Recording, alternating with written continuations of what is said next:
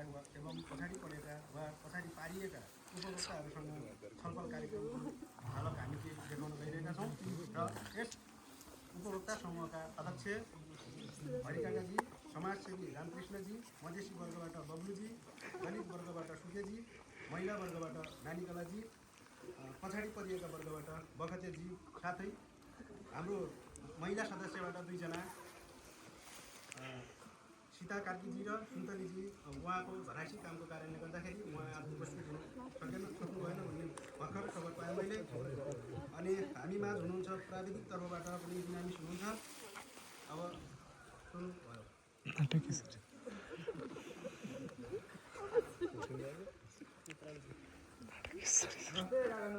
नमस्ते भतिज, के छ खबर?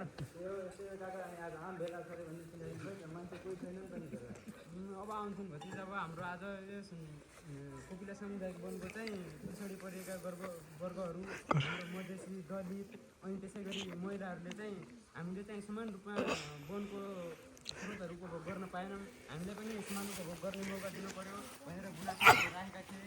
ती विषयको छलफलको लागि आज बैठक राखिएको छ भतिज। कसले भने सबैले राँदा गराइछन् त, सबैले पाएकै छन्, को रहेछ त्यसो चित्त नभए के हो? खै भतिज तिनीहरू सबैबाट त्यस्तो गुनासो आएको छ। मैले प्राविधिक मिसलाई पनि बोलाएको छु। त्यही भएर सबैलाई बोलाउँ, सबैलाई आउँछन् नि त, अनि त्यसपछि छलफल गरौँला। नमस्ते मिस।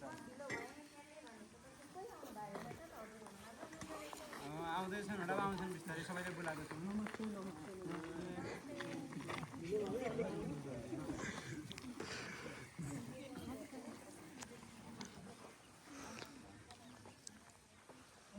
घरमा अलिक काम थियो, भैँसी सैसी दुनु थियो, आउँदा ढिलो जानु पऱ्यो, अब आफू साथी दिनु पऱ्यो, त्यही भएर ढिलो गरिदिन्छ। अब तपाईँहरूले के आफ्नो गुनासो छ? हामीहरूले यसो वनमा चाहिँ वनको स्रोतहरू चाहिँ उपभोग गर्न पाएनौँ, हामीहरूलाई पनि त्यो वनको स्रोतहरू समान उपभोग गर्ने मौका दिनु पऱ्यो भनेर तपाईँहरूले गुनासो राख्नुभएको रहेछ।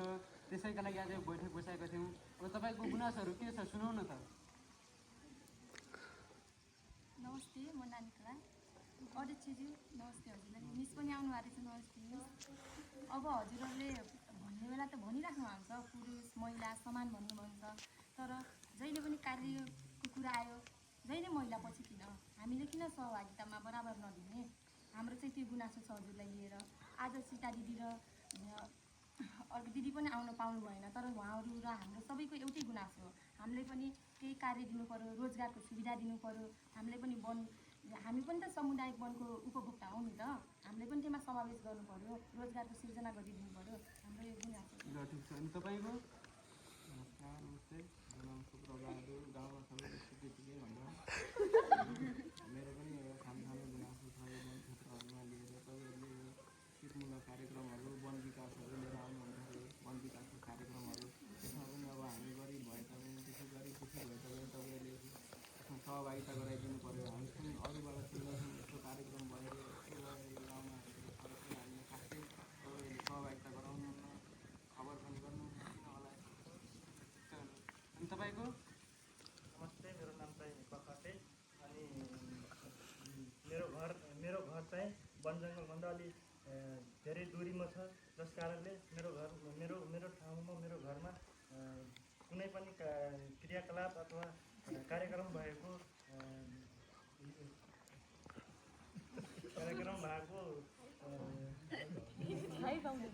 जानकारी चाहिँ अलि ढिलै आइपुग्छ, जसले गर्दा म त्यो क्रियाकलाप र कार्यक्रमहरूमा सहभागी हुन सक्दैन र वन जङ्गलको स्रोतहरूलाई अरूले जसरी उपयोग गर्छन् त्यसरी गर्न सकिरहेको छैन।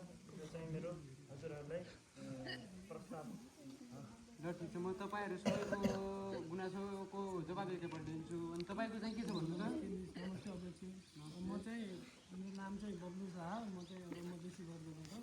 त्यस उपभोक्ता समूहमा हाम्रो मधेसी वर्गका घरधुरी पनि कमै छन् र सबैको आज कोही कामको व्यस्तताले आउनु पाउनु भएन। अब उहाँहरूको सबैको कुरा लगेर म आएको।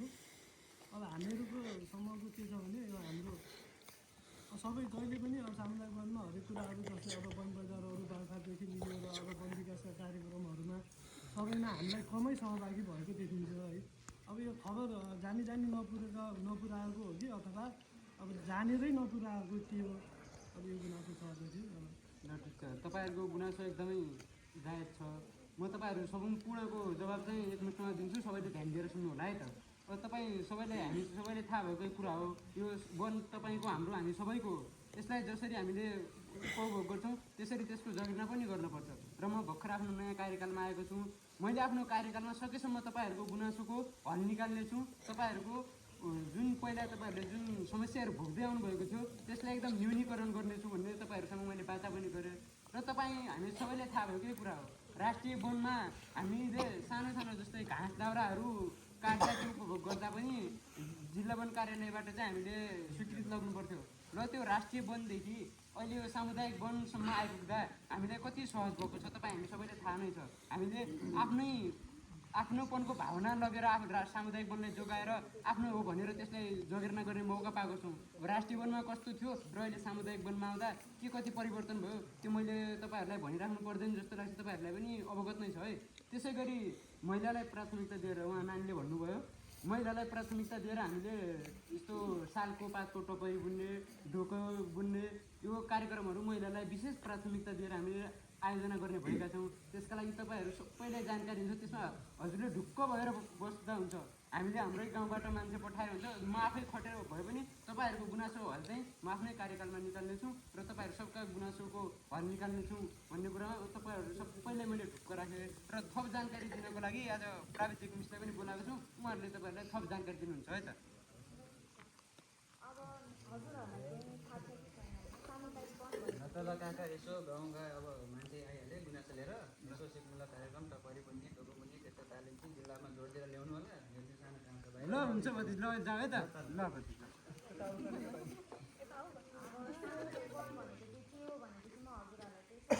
बुझाउँछु होइन।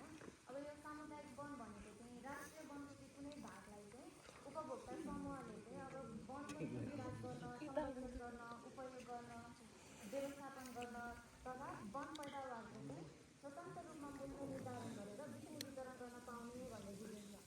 अब यो सामुदायिक वन भनेको चाहिँ हजुरहरूकै सम्पत्ति जस्तै हो कि अब हजुरहरूले यसलाई दिगो रूपमा कसरी उपयोग गर्नुहुन्छ, विकास गर्न, वनको विकास गर्नका लागि, व्यवस्थापन गर्नका लागि कसरी आफ्नो गर्नुहुन्छ भूमिका निर्वाह गर्न चाहिँ हजुरहरूमै भर पर्ने कुरा हो। अब हजुरहरूलाई चाहिँ अब यो आफ्नो हकको बारेमा चाहिँ थाहा पनि छैन होइन, हजुरहरूले पढ्नु भएको छैन होला। मैले हजुरहरूलाई यो बारेमा चाहिँ अब राम्रोसँग स्पष्ट बनाइदिन्छु आज। अब यो वन नियमावलीको चाहिँ नियम 53मा चाहिँ हजुरहरूको हक बारेमा चाहिँ राम्रोसँग उल्लेख गरेको छ। अब त्यसमा चाहिँ के भनेको छ भनेदेखि म तपाईँहरूलाई बुझाउँछु।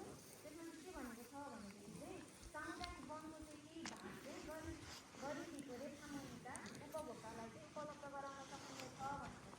अब यस्तो उपभोक्ता समूहबाट पनि अब केही हुन्छ नि गरिबीको रेखामुनिका पनि अलिक विपन्न वर्गहरूलाई चाहिँ प्राथमिकता दिने भनेको छ। विपन्न वर्ग अनि दलित परिवार, अनि त्यसै गरी सीमान्तकृत एकल महिलाहरू, अति विपन्न भूमिहीनहरूलाई चाहिँ प्राथमिकता दिनुपर्छ भनेको छ। अब यस्तो समूहहरूलाई चाहिँ त्यो सामुदायिक वनको पनि केही भाग चाहिँ प्रयोग गर्ने र आय आर्जनको लागि चाहिँ प्रयोग गर्न सकिने भनेको छ। अब हजुरहरूलाई यो बारे चाहिँ थाहा रहेन त भएन है अध्यक्षज्यू, हजुरहरूले पनि आफ्नो रोल चाहिँ आफ्नो भूमिका चाहिँ राम्रोसँग निभाउनु पऱ्यो। यसो उहाँहरूको हकबारे चाहिँ अलिक प्रचार प्रसार गरिदिनु पऱ्यो, तालिमहरू अलिक राम्रोसँग दिनु पऱ्यो। भर्खर उहाँले भन्नुभयो हाम्रो लागि केही छैन भनेर, अब तपाईँले भन्न त भन्नुभयो। अब यसै गरी तपाईँ गाँच्ने, डोको बुन्ने जस्तो तालिमहरू भनेर अध्यक्षज्यूले त पहिलेदेखि नै भन्दै आउनु भएको थियो। मैले पनि मेरो साथीको मुखबाट सुनेको थिएँ, पल्लो गाउँमा पनि टपरी बुन्ने चलिरहेको छ अरे उद्योग, तर उहाँले अझै पनि हामीलाई दिनुभएकै छैन। उहाँले अलिक सम्झाउनु पऱ्यो राम्रोसँग, अलिक भएन यस्तो। हुन्छ, भइहाल्छ नि। आगामी दिनहरूमा हामी कहाँ यस्ता कार्यक्रमहरू आउँदा तपाईँहरूलाई खबर अवश्य गर्नेछौँ। तर जति तपाईँहरूले उपभोग गर्नमा जति चासो, जति इच्छा राख्नुहुन्छ नि त्यति त्यसको त्यो वनलाई जोगाउनमा पनि त्यत्तिकै जागरुक हुनु पऱ्यो क्या। तपाईँले हामीले उपभोग गर्न पाएनौँ भनेर जति गुनासो गर्नुहुन्छ नि हो त्यत्तिकै त्यो वनलाई जोगाउन, बचाउन, यो वन पनि हाम्रै हो भनेर त्यसलाई जोगाउन पनि त्यत्तिकै भूमिका निभाउनु पऱ्यो। अनि पो वनको जगेर्ना गर्न सकिन्छ र समान उपभोग गर्न सकिन्छ त। के भन्नुभयो अध्यक्षज्यूले पनि, हजुरहरूले पनि आफ्नो इच्छा देखाउनु पऱ्यो, अलिक चासो देखाउनु पऱ्यो कि अब हामीलाई पनि गर्नु पऱ्यो भनेर, त्यही अनि पो गर्न सकिन्छ त नि। अब एकजनाले मात्र गरेर भएन, सबैजना मिलेको अनि राम्रोसँग व्यवस्थापन गर्न सकिन्छ होइन र। हुन्छ मिस हामी पनि अज्ञात नै छौँ अबदेखि हामीले पनि त्यो पनि पालना गर्नेछौँ अब केही छ भने अध्यक्षज्यू अब भन्नुहुन्छ ल ठिक छ अब मेरो पनि त्यस्तै हो तपाईँहरूले सबै कुरा बुझ्नुभयो तपाईँहरूले अब आफ्नो गुनासोको जवाब चाहिँ पाउनुभयो होला नि होइन ठिक छ नि आज आएर छलफल नै भयो ल ठिक छ सबै कुराहरू छलफल ल ठिक छ त अब मेरो पनि यसो पल्लो गाउँतिर काम छ म लाग्यो है त मिस ल है त आजको यस छलफल कार्यक्रमबाट अनि यो जस्तै धेरै कुराहरू सबै वर्गहरूले धेरै कुरा समस्याहरूको सबै समाधानहरू सुनिसक्नु भएको छ र आगामी आउने दिनहरूको मौकाबाट पनि आफूले कसरी फाइदा लिन सकिन्छ भन्ने कुराहरू पनि बुझिसक्नु भएको छ र ढिलो नगरिकन अबको यो हाम्रो कार्यक्रमलाई